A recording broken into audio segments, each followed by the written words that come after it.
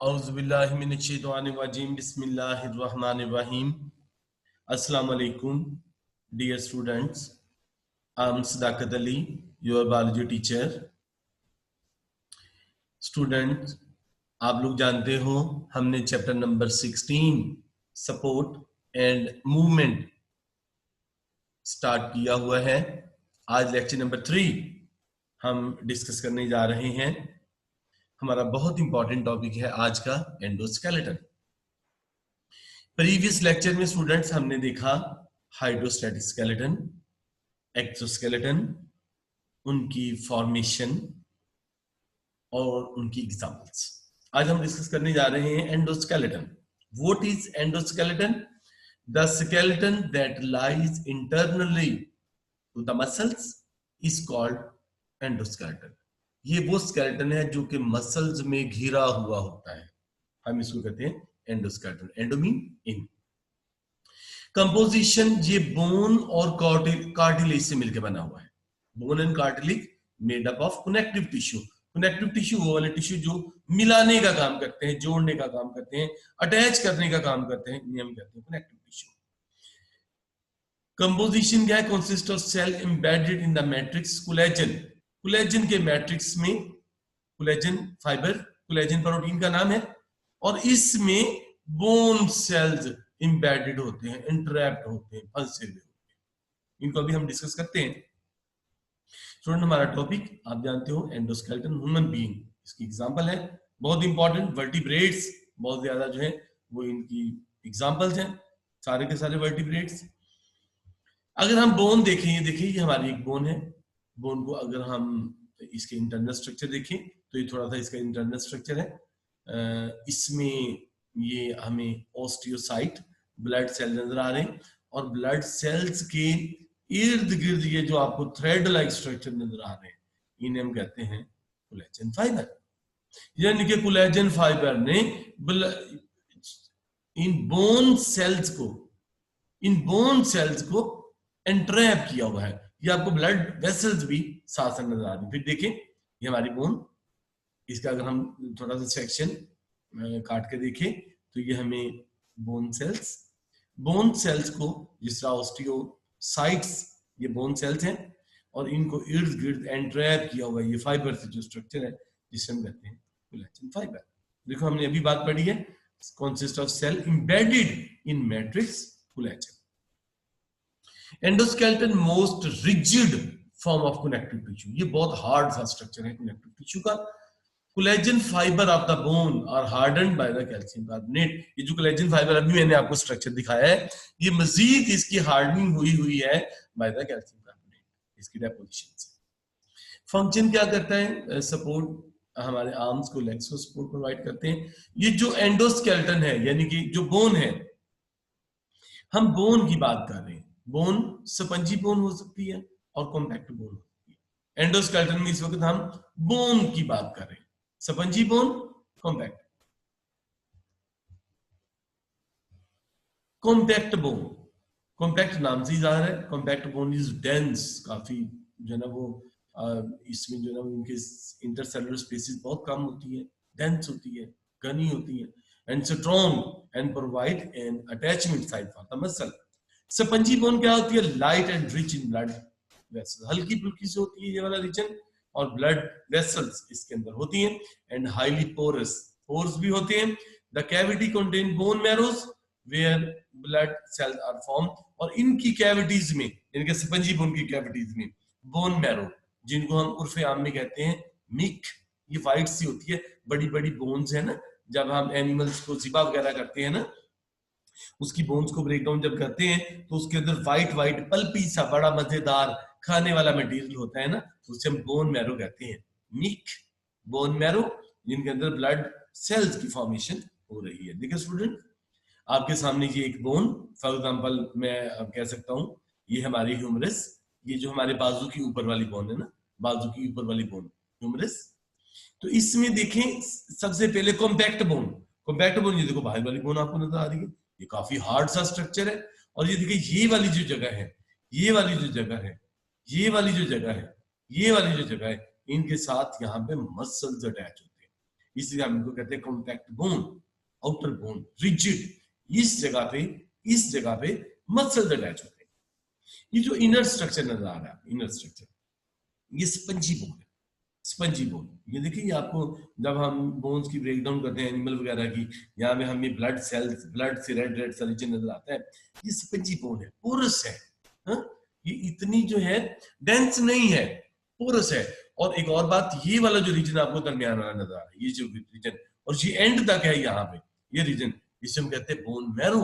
यहाँ पे पल्पी सा मटेरियल होता है, मिक होती है, जो कि richly supplied with blood capillaries, यहाँ पे ब्लड कैपिलरीज भी होती है, और यहाँ पे ब्लड सेल्स की फॉर्मेशन हो रही है, ब्लड सेल की फॉर्मेशन।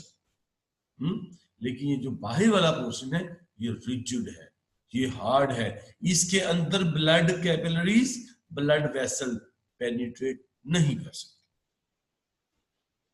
एंडोस्केलेटन में types of the cell associated with the bone, bone के साथ कितनी तरह के, जो अभी हमने बोन का स्ट्रक्चर पढ़ा है, इसमें कैसे बना है, इसमें बोन्स के साथ जो सेल्स अटैच है वो कितनी तरह के सेल्स हैं। सबसे पहले ऑस्टियोब्लास्ट, फिर ऑस्टियोसाइट, फिर osteoclast.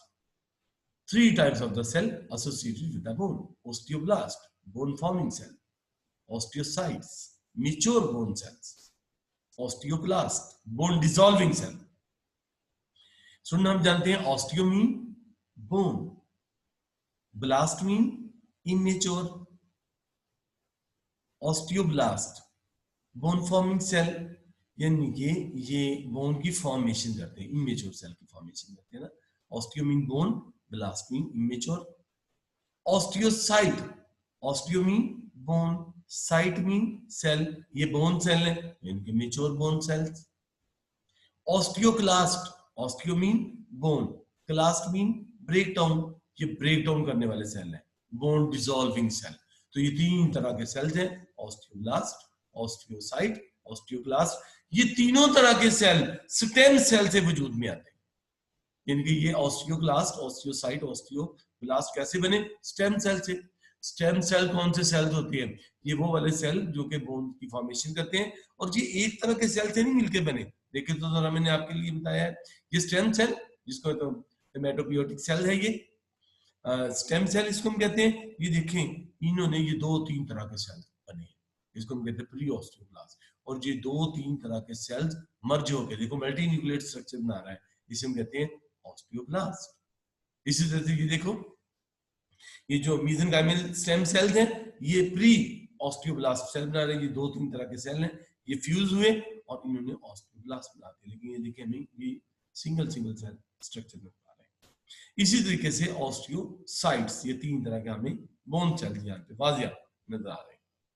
Early development of bone कैसे होती है? इन अर्ली डेवलपमेंट, यानी कि जब बोन की फॉर्मेशन होती है ना, तो पहले वो बोन सॉफ्ट होती है। कुछ छोटे छोटे बच्चों की जब ग्रोथ एंड डेवलपमेंट हो रही होती है, early development, bone replace cartilage. पहले कार्टिलेज होती है, कार्टिलेज यानी कि सॉफ्ट बोन होती है, इसको आहिस्ता आहिस्ता बोन रिप्लेस करती है। कैसे? अर्ली डेवलपमेंट की हम बात कर रहे हैं बोन्स की। ऑस्टियोक्लास्ट डिसॉल्व कार्टिलेज, हमें पता है osteoclast, osteo mean bone, clast mean dissolving, bone dissolving cell, ये कार्टिलेज को डिसॉल्व करते हैं। जब कार्टिलेज को डिसॉल्व करते हैं तो यहाँ पे ऑस्टियोब्लास्ट आ जाते हैं। ऑस्टियोब्लास्ट न्यू बोन सेल की फॉर्मेशन करते हैं। जब न्यू बोन सेल की फॉर्मेशन हो जाती है विद बोन ग्रोथ, जैसे बोन फिर ग्रो करती है, ऑस्टियोब्लास्ट जो कि इमेच्योर सेल है, एंट्रैप्ड इन द मैट्रिक्स, ये बोन फॉर्मिंग सेल है, ये कोलेजन के मैट्रिक्स में एंट्रैप हो जाते हैं और वो बोन में कन्वर्ट हो जाते हैं। इसकी फर्दर हार्डनिंग हो जाती है। तो इस तरीके से अर्ली डेवलपमेंट ऑफ बोन होती है। Cartilage, what is cartilage? Much softer then the bone. देखो बेटे, हमारे बाजुओं की बोन, हमारी लेग्स की बोन, हमारी स्कल की बोन, हमारे रिब्स वगैरह, हमारे पेल्विक रीजन, बटक रीजन जिसे हम कहते हैं, ये वाली बोन हार्ड बोन है। बोन कार्टिलेज सॉफ्ट बोन, हमारे नाक की हड्डी अगले वाली ना, हमारे कान की हड्डी, हमारे जॉइंट्स के बीच में cartilage, cover end of the bone at joint, support the flexible portion of the nose, external यहाँ पे होते हैं। Living cell of the cartilage is called chondrocyte. Chondrocyte के लिविंग, कार्टिलेज के लिविंग सेल्स को हम कहते हैं कॉन्ड्रोसाइट।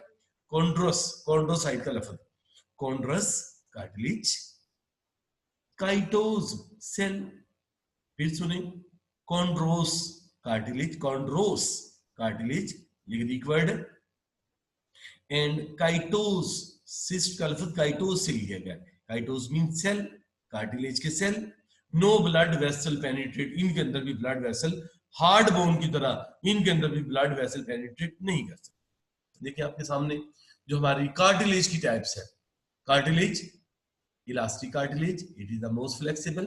जिस तरह हमारी ईयर की बोन है हम कहते हैं इलास्टिक। इलास्टिक मैंने आपको बताया था, इलास्टिक किसे कहते हैं, reversible stretching. Hyaline cartilage it is the second most flexible. Nose ribs वगैरह के बीच में हमें ये नोज में और हमारी रिब्स के बीच में जॉइंट्स की जगह पे, जिस जगह पे ये मिल रही होती है रिब्स एंड में, वहां पे हमें कार्टिलेज नजर आती है। Fibro cartilage it is the least flexible. हमारे जो नी है और वर्टिब्रा है इनके जॉइंट के बीच में, जॉइंट्स के एंड में हमें ये नजर आ रही होती है, इसे हम कहते हैं फाइब्रो कार्टिलेज। तो ये डिफरेंट तरह के कार्टिलेज के सेल्स हैं, elastic cartilage, highline cartilage and fibro cartilage. Right, जो हमारी बुक है इन्होंने शायद कार्टिलेज के लिहाज से दो तरह के शायद सेल लिए हुए हैं, हाईलाइन कार्टिलेज और फाइब्रो कार्टिलेज। हमारी बुक वालों ने हाईलाइन और फाइब्रो कार्टिलेज दो टाइप दी हुई हैं, इलास्टिक और हाईलाइन को एक ही टाइप उन्होंने कंसीडर किया। फंक्शन ऑफ स्केलेटल सिस्टम, हमारा जो स्केलेटल सिस्टम है इसका फंक्शन क्या है, सपोर्ट एंड शेप। धारक हमारी बॉडी को सपोर्ट देता है।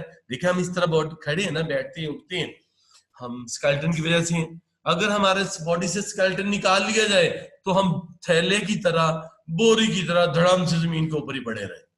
तो ये हमारी बॉडी की देखो खास शेप है, हमारी बॉडी को सपोर्ट प्रोवाइड करता है स्केलेटल सिस्टम।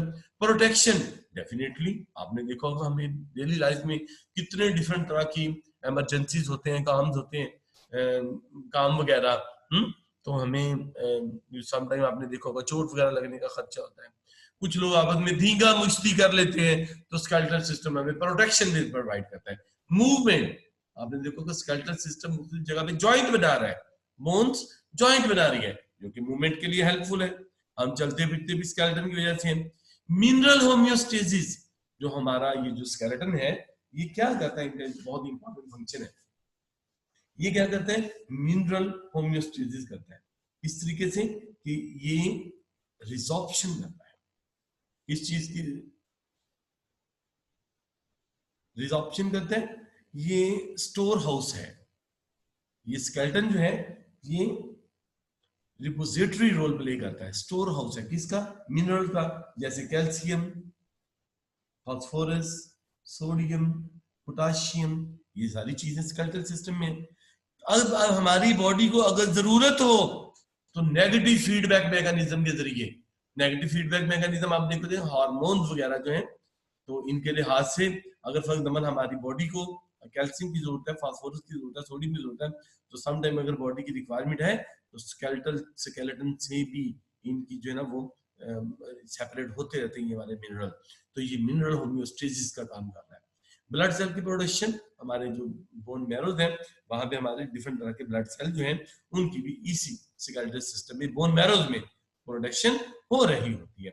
तो ये थे कुछ important function of the skeletal system. तो स्टूडेंट ये था आज का लेक्चर। नए लेक्चर के साथ आपकी खिदमत में फिर हाजिर होंगे, तब तक के लिए इजाजत, अल्लाह हाफिज।